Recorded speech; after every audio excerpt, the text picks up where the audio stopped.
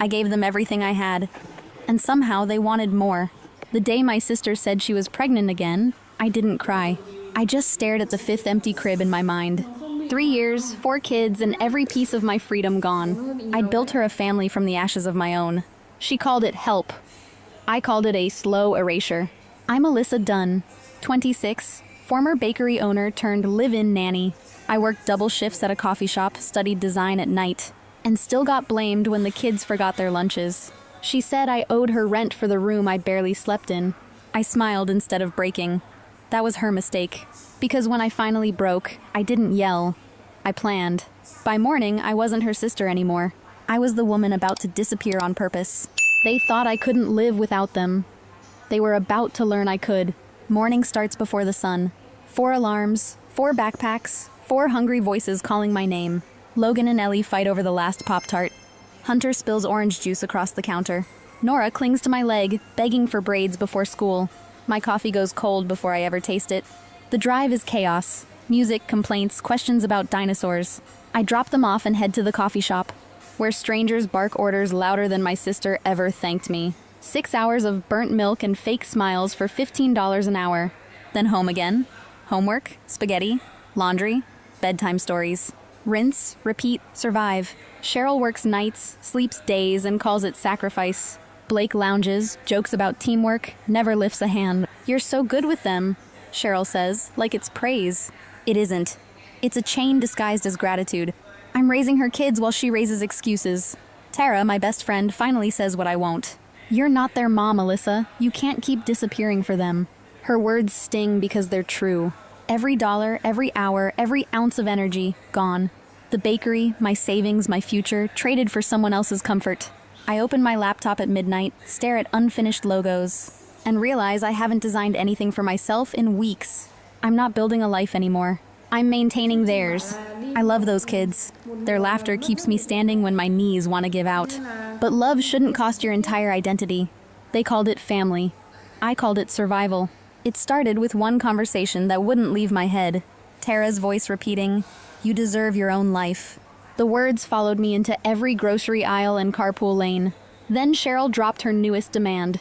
"You should quit the coffee shop," she said, tone sweet and sharp. "Be here full-time for the kids. Maybe chip in rent, too." Blake leaned back in his chair, smug. "It's only fair. You live here for free." Free. That word cracked something in me. Free people don't feel owned. I stared at the kitchen wall, breathing slow to keep from exploding. "I already do everything," I said. "School runs, meals, homework." Cheryl crossed her arms. "That's not enough. My future, my classes." She called them hobbies. When I refused to quit, she turned cold. "You owe us, Alyssa. Don't forget whose roof you're under." That night, I called Tara again. "She thinks I owe her my entire life," I whispered. "You don't owe her anything," Tara said. "Boundaries aren't betrayal." Her words hit harder than any argument. I opened my laptop and started searching rental listings. Tiny studios downtown, nothing fancy, but they were mine. My savings from the failed bakery, $3,000. Just enough for a deposit and 1 month's rent. I made a list, scribbling numbers in a notebook. $1,500 for rent, $500 for food and bills. 30 hours a week at the coffee shop could barely cover it, but barely free was still free. For the first time in years, I felt something close to hope. I started teaching Logan how to cook simple meals, showed Ellie how to pack lunches, fold laundry. I didn't tell them I was leaving, not yet. I was preparing them, quietly, the way mothers prepare storms. Cheryl noticed the shift. "You're acting weird," she said, catching me checking listings. "Just planning," I replied. She scoffed, planning to bail on us, typical. Her voice was venom wrapped in exhaustion. At night, I folded my clothes into neat stacks, tucked my sketchbook between them like a secret. Each fold whispered, "Almost there." I'd wake before dawn, watch the sky blush pink, and imagine what silence would sound like without demands. I'd imagine a place where my name wasn't a command. When guilt crept in, I reminded myself of truth. Love doesn't mean servitude. Family shouldn't feel like a full-time job without pay. I'd carried them long enough. It was time to stand on my own feet, even if they shook. I didn't argue. I couldn't. You can't reason with someone who benefits from your silence. So I stayed quiet and packed a little more each night. I wasn't leaving them. I was leaving her. The day I finally left, the house was silent. No slammed doors, No guilt speeches. Just goodbye in my head. My car held 2 suitcases, a laptop, and 3 years of exhaustion. The studio smelled of paint and freedom. Both new, both terrifying. I texted Logan. Pizza night soon, promise. Cheryl didn't text at all. Good. 3 days later, an unknown number flashed on my screen. "This is Officer Doyle, Madison Police Department," the voice said. My stomach dropped. "Your sister filed a complaint. Theft and property damage." For a moment, I forgot how to breathe. I drove over, heart pounding, replaying every goodbye I'd kept too polite. Cheryl stood on the porch, righteous fury in her eyes. She stole $500 and trashed my furniture. Blake hovered behind her, arms crossed like a bouncer. I clenched my jaw. "That's a lie." The officer gestured inside. "Let's see." The sofa had 1 torn cushion. The washing machine sat silent, unplugged. "This tear looks old," Officer Reed said. "And that wire's worn, not cut." Cheryl's voice rose higher. "She knew where I kept the cash." "Then show us the drawer," Doyle said calmly.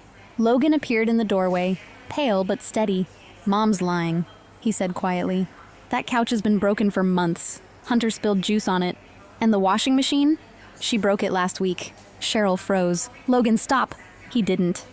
"She spent that money on groceries. She just forgot." Silence heavier than judgment filled the room. Officer Doyle exhaled slowly. "No evidence of theft." "Ma'am, false reports can lead to penalties. Consider this a warning." They left. Cheryl's face crumbled, rage collapsing into shame. I didn't gloat. I didn't say I told you so. I just looked at her and saw the stranger she'd become. Outside, Logan followed me to the driveway. "You don't deserve this," he said, voice shaking. He was 15 but carried a lifetime of seeing too much. I hugged him, whispering, "You did the right thing." He shrugged. "You always did, too." That night, I sat in my tiny apartment, lights low, hands trembling.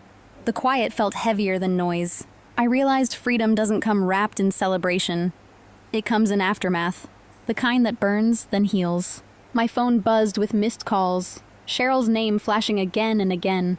I let it ring. I'd already answered enough. In the silence that followed, I made a promise to myself.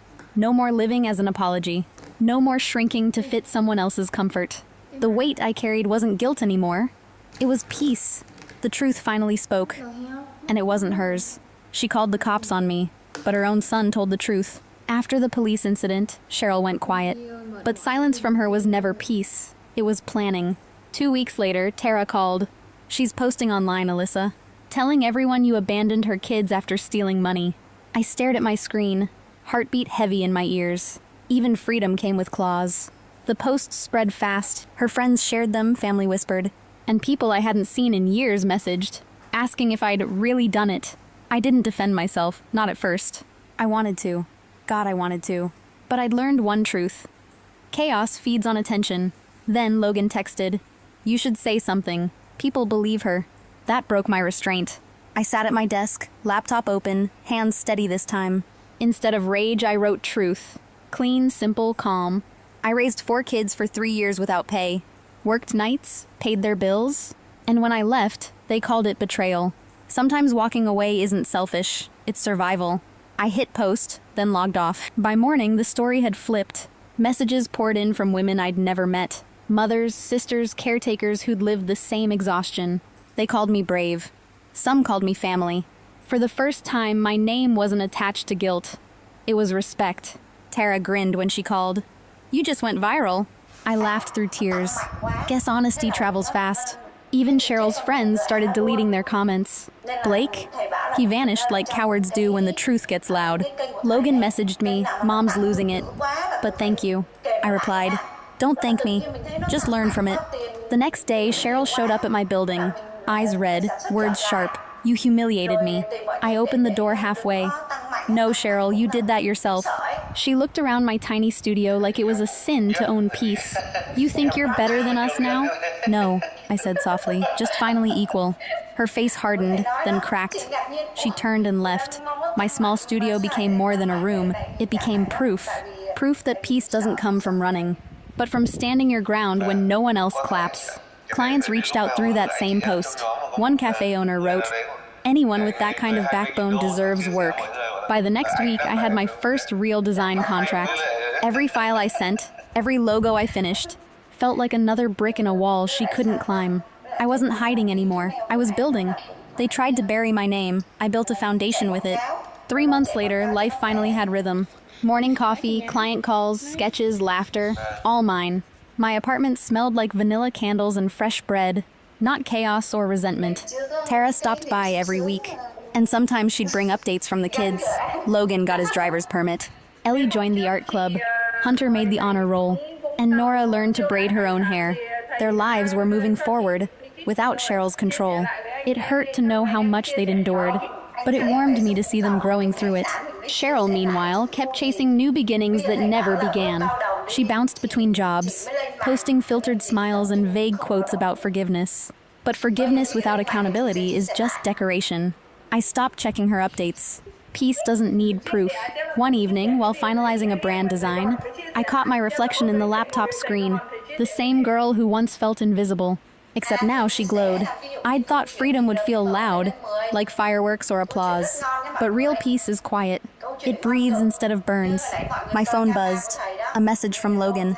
"We're proud of you, Alyssa." Simple words. The kind that heal everything pride once hid. I smiled, typing back. "I'm proud of you too." This is my story of giving too much, losing myself, and learning that self-respect isn't selfish. It's the start of everything. If you've ever felt used by family and found the courage to walk away, you didn't lose love. You found freedom. Tell me your story below. I'll be reading. Because sometimes the bravest thing you can do is finally choose yourself.